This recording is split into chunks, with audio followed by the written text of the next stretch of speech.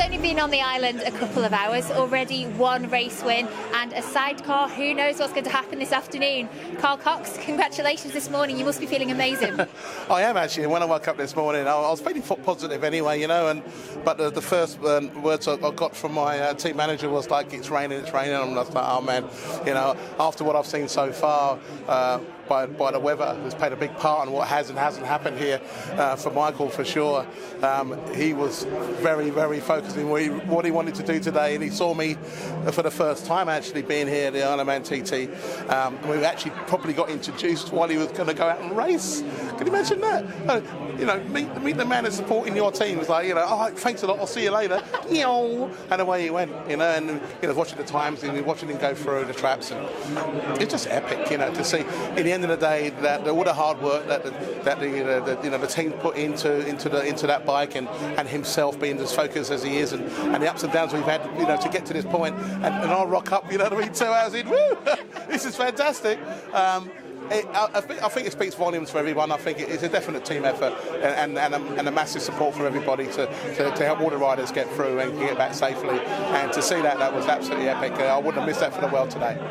Now, he's obviously done the business for you today on the track. You've got the sidecars out at the moment. How have the TT partnerships come about that you've got? Because you've moved from running your own team to being more of a sponsor-based role now.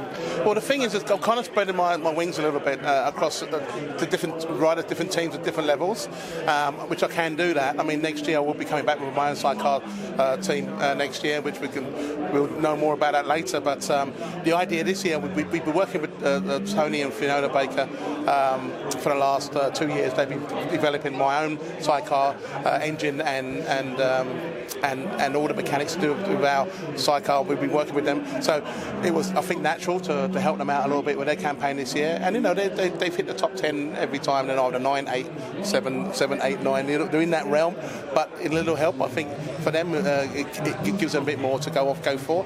And of course, Tim Reeves and going in this year have just been phenomenal. And going in with Mark Wilkes, you know, to see him come back on a sidecar is amazing. But also the Reeves racing team are also in the BSB for me this year as well, under Carl Cox Motorsport, which is, they've been winning every single round on their bikes and everything. So I maybe have a little bit of magic somewhere that I'm kind of purveying, but everyone seems to be happy by my input to racing and to motorsport in this realm.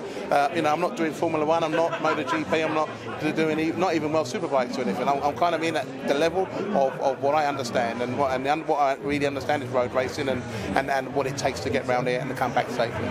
You only formed Carl Cox Motorsport in 2013. You've had phenomenal success in that very short space of time. Why do you think that is? I think one of the reasons why I think we've been quite successful, because of the people that we choose around us who have the same heart and spirit of what I like to see.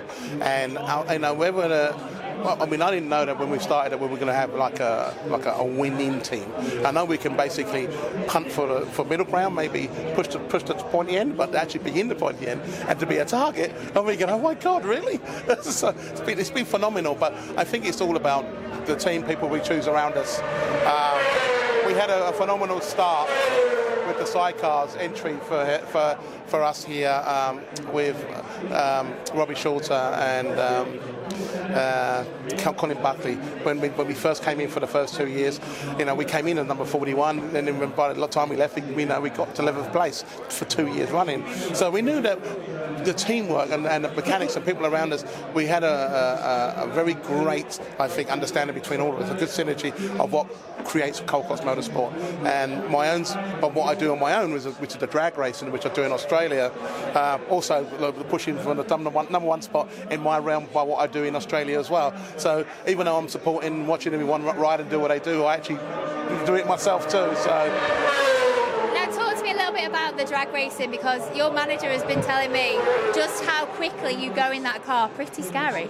Yeah, it is very scary. I mean, to go in any speed, you know, from 0 to 60 or 0 to 150 half track, or 0 to nearly 200 mile an hour in 7 seconds. Well, 7.3 seconds is my personal best. 191 mile an hour is unbelievable. It really is incredible to be able to do those kind of speeds. A very controlled environment, of course. We know that the tracks have to be very well prepared. The car has to be in a very, very good shape. You can't have anything kind of like, you know, gaffer tape together to go down these speeds. I mean, I have a full roll cage in my car, parachutes that work very well. The team around me that in Australia that helped me also do that racing in that realm are also very, very good at their job as a family to help me do what I do. So I think these guys are not mad, but I mean, I get it of the reason what they're searching for in the sense of when they go around it. But I'm also feel the same when I'm drag racing, and I'm the only one that's sitting in that chair, you know, ready to let that button go 0 to 200 in 7 seconds. You know, no one else. They just watch me go. They just watch me do it. But it's just something that I've always inspired to do since I was a small boy. I've always been into anything that moves. You know, steam engines. I was always into my motorbikes. I mean, my bikes collection is around about 90 bikes. I have from old school classic bikes into race bikes into new modern day bikes, and I just enjoy riding motorbikes. Sidecar racing, I've been watching sidecar racing since I was like 7-8 years old, and now being involved in sidecar racing. I think I can probably tick the box of being a consummate petrol head. I can think so. I love it. I have an array of street race cars that I also drag race as well, and around about 15 kind of muscle cars from back in the day, and some modern day cars as well, which I also do track days with. I don't like sitting still. It's not possible. Now, it's nice to hear that out in New Zealand you're running a 250cc series to get people into racing and help them get into the sport. Just talk to me a little bit about that. Well, again, this just came to me through our sidecar efforts in New Zealand, and Hoysung being a company of which it enables you to be on a motorcycle like your first bike basically, and they have really for the last, I would say 10 or 12 years, have been a motorcycle of choice for a lot of people by what they can afford. But they've also made a really good, like a little race bike, 250, that does the business. You know, for people who can't afford all the big money to get into racing, you could basically, if you really want to start, you could buy one of these, and everyone else that has the same motorcycle has the opportunity to win. All depends how old you are, how young you are, how big or small. But at least you can have a go. And for me, I find that really endearing when you watch kids of 14-year-olds and 50-year-olds all on the same grid. And for me, I mean, I would like to have a go myself in some ways, but I've probably got a bit too much ballast. But apart from that, I think it's good fun. I think it's very doable. It's affordable, and Hoysung is a great company. They really have provided some amazing bikes that you can have a lot of fun with on a track and on the road. Now we'll just move away from racing and move to music. Is racing kind of a nice distraction from the music, or is music still something you're very heavily involved in? Well, I've been involved in music now for nearly 40 odd years, and my kind of idea of music has always been driven by passion and the belief of what I play is what I would like people to listen to as a part of my own soul, and basically having that ideal and moving it onto my motorsport is exactly the same.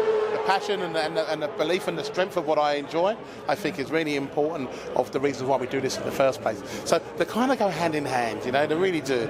I love, you know, when I hear the bikes go past and the sidecars go past, that is music to my ears as well. So it goes hand in hand. Finally, future plans for the summer, back in Ibiza at all? Yeah, that has always been a big most important, all-important question of what I do now. I mean, space is no longer. I've been there for 20 years DJing.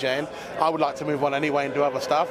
I am actually playing at Privilege, which is one of the biggest clubs in the world, and I've been asked to have an opportunity to do something there. So I'm going to be playing there on the 11th of July and the 18th of July as two standalone Colcott shows called Pure, and then I'm going to be doing one after party at a place called the Zoo Project, and then 2 parties at Amnesia. So 5 parties in all this year, and I still have to go to Ibiza. It's not possible not to go.